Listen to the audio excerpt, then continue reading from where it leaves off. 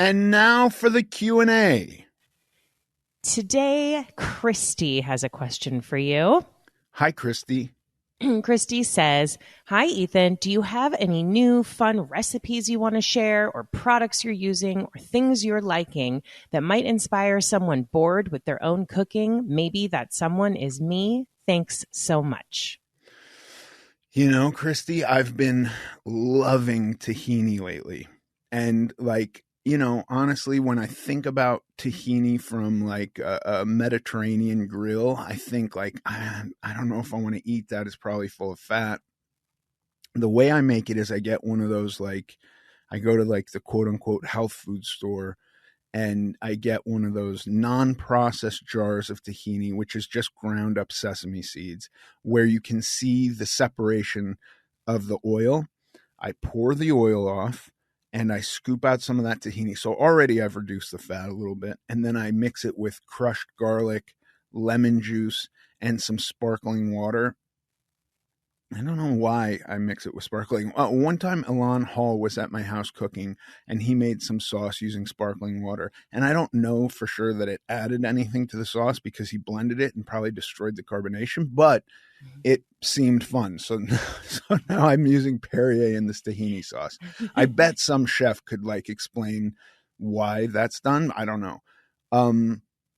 And so that's been exciting for me.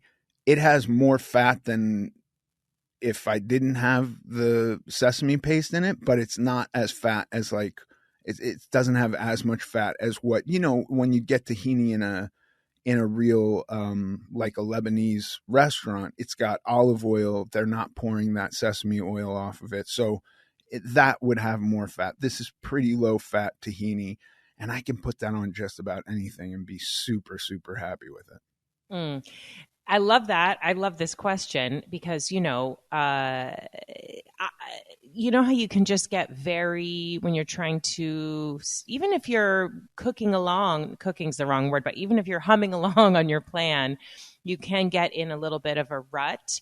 So, I've talked to friends where they're like, I get bored and I start having a bite of my son's chicken nuggets that he's eating. And then, so this is good. I love it. Okay. Tahini sauce. One other thing is I started cooking my chicken breast differently.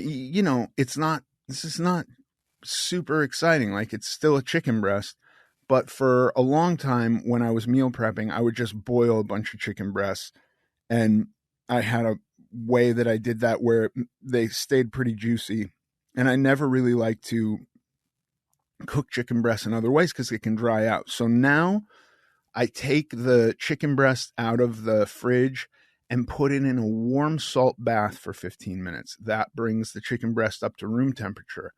Then I put it in a 450-degree oven for 15 minutes, take it out, cover it for a few minutes with a piece of foil, and those chicken breasts are pretty damn moist and juicy. So that's my other thing. And then you pour some of that tahini on it, and it's outstanding.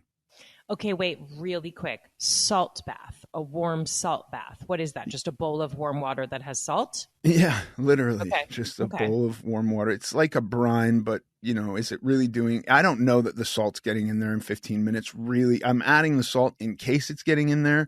Mm-hmm. You could just do warm water. The point is that you don't want the chicken to be cold because it will be harder for it to cook. So, and you don't want to put it in boiling water. Just warm water to bring it up to room temperature.